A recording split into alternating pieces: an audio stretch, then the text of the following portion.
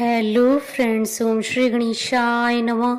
जय श्री कृष्ण। आप सभी का स्वागत है आपके अपने यूट्यूब चैनल पर। फ्रेंड्स, आज हम आपको इस वीडियो में बताने जा रहे हैं अश्विन मास की शुक्ल पक्ष की पापांकुशा एकादशी की पौराणिक व्रत कथा, पूजा विधि, शुभ मुहूर्त, व्रत पारण का समय, महत्व और अश्विन मास की शुक्ल पक्ष की एकादशी के दिन किए जाने वाले उपायों के बारे में।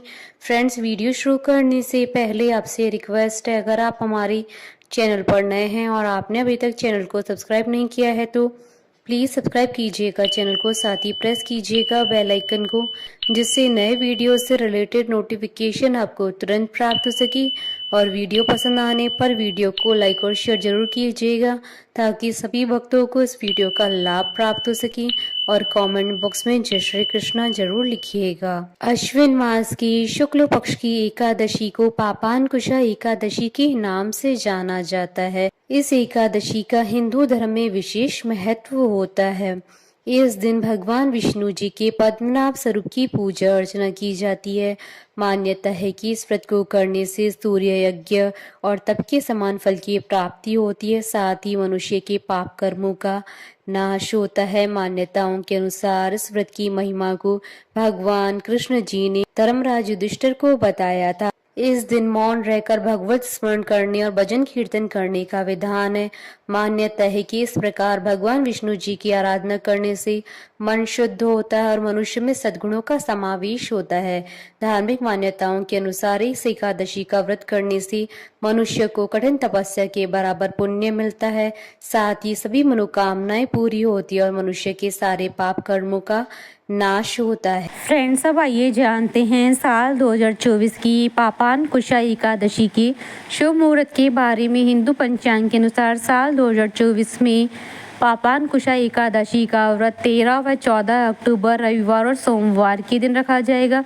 13 अक्टूबर 2024 को पापांकुशा एकादशी गृहस्थ व्रत रखा जाएगा और 14 अक्टूबर 2024 सोमवार के दिन पापांकुशा एकादशी गौण व्रत रखा जाएगा, जिसे वैष्णव लोग रखते हैं। अश्विन शुक्ल एकादशी तिथि प्रारंभ होगी 13 अक्टूबर 2024 को सुबह 9:08 पर और अश्विन शुक्ल एकादशी तिथि का समापन होगा 14 अक्टूबर 2024 को सुबह 6:41 पर।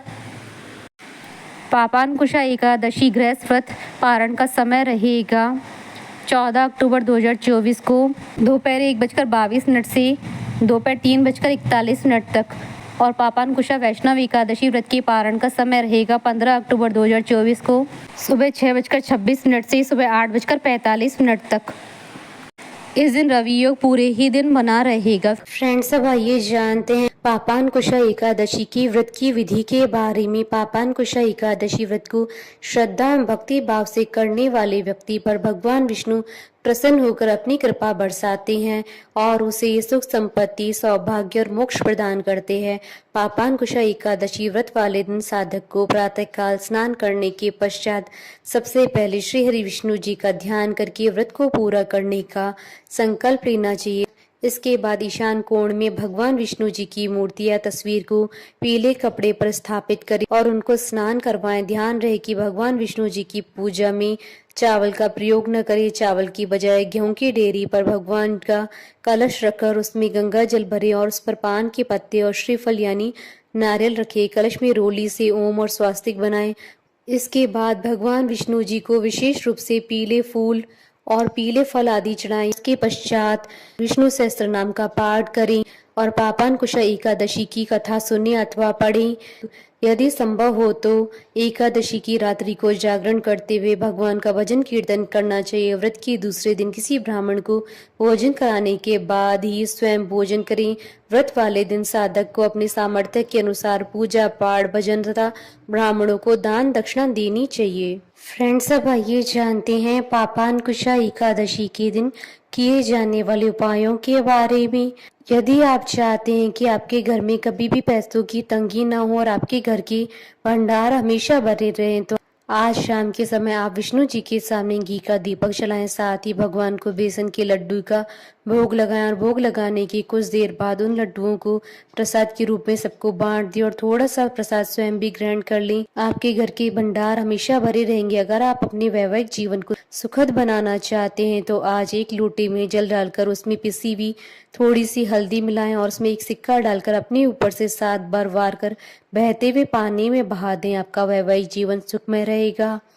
अपने जीवन साथी की बेहतरी के लिए आज 5 सुहागिन महिलाओं को घर पर आदर पूर्वक बुलाकर कुछ मीठा भोजन कराएं। अगर घर पर व्यवस्था नहीं हो पा रही है तो 5 सुहागिन महिलाओं के निमित्त भोजन निकालकर उनके घर जाकर दे आएं। आपके जीवन साथी की बेहतरी सुनिश्चित होगी। अगर आप किसी काम में अपनी सफलता सुनिश्चित करना चाहते हैं तो आज भगवान विष्णु जी की पूजा के समय एक हल्दी की गांठ पूजा स्थल पर रखें और अगले दिन जब भी उस काम को करने के लिए घर से निकले तो उस हल्दी की गांठ को पीले कपड़े में लपेटकर अपने पास रख ले। सफलता जरूर मिलेगी।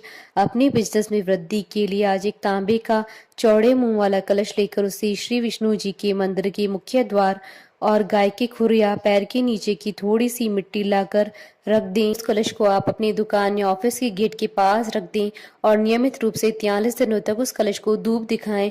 आपके बिजनेस में वृद्धि होगी। अपने परिवार के सदस्यों की समृद्धि के लिए आज दक्षिणावर्ती शंख में जल भरकर भगवान नारायण को अर्पित करें और घी के दीपक से उनकी आरती करें। अगर आप चाहते हैं कि आपके जीवन की सारी समस्याएं जल्दी दूर हो जाएं और खुशियां आपके घर पर दस्तक दें तो इसके लिए आज पीपल के 3 पत्ते लेकर उन पर लाल रोली से श्री लिखकर भगवान विष्णु जी के मंदिर में चढ़ा दे। साथ ही उन्हें दही में शक्कर मिलाकर भोग लगाएं। खुशियां आपके द्वार पर दस्तक देंगी।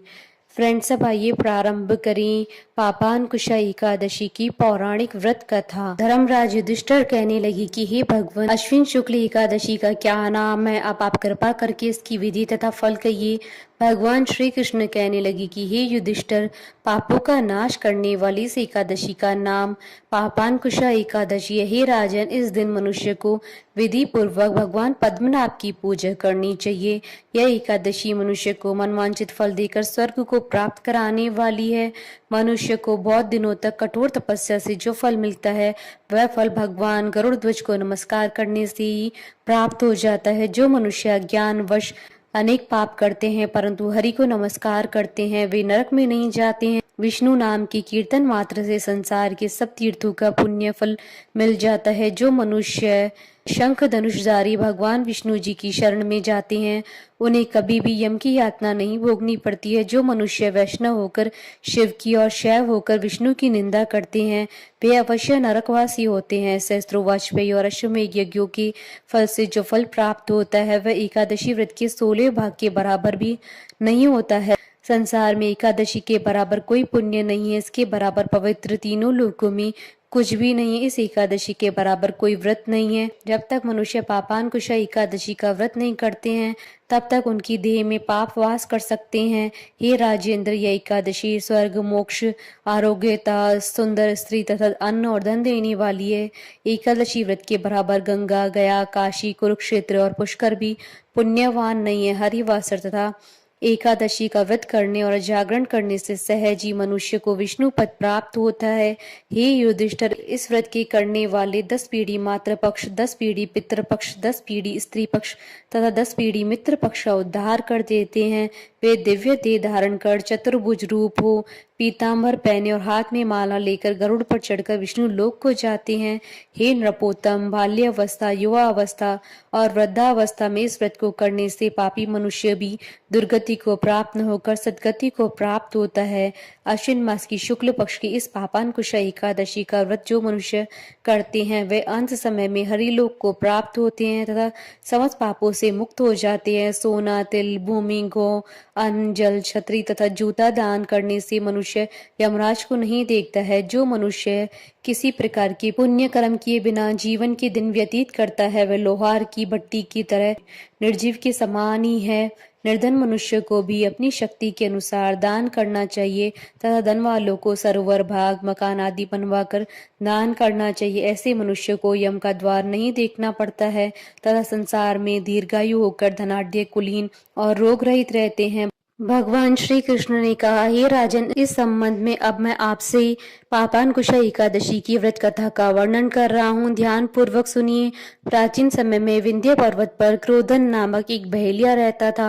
वह बड़ा क्रूर था। उसका सारा जीवन हिंसा, लूटपाट, मद्यपान और गलत संगति, पाप कर्मों में बीता। जब उसका अंतिम समय आया तब यमराज के दूत बहेलिये को लेने आए और यमदूत ने बहेलिये से कहा कि कल तुम्हारे जीवन का अंतिम दिन है, हम तुम्हें कल लेने आएंगे। यह बात सुनकर बहेलिया बहुत ही भयभीत हो गया और महर्षि अंगीरा के आश्रम में पहुंचा और महर्षि अंगीरा के चरणों पर गिरकर प्रार्थना करने लगा। हे ऋषिवर, मैंने जीवन भर पाप कर्म किए हैं।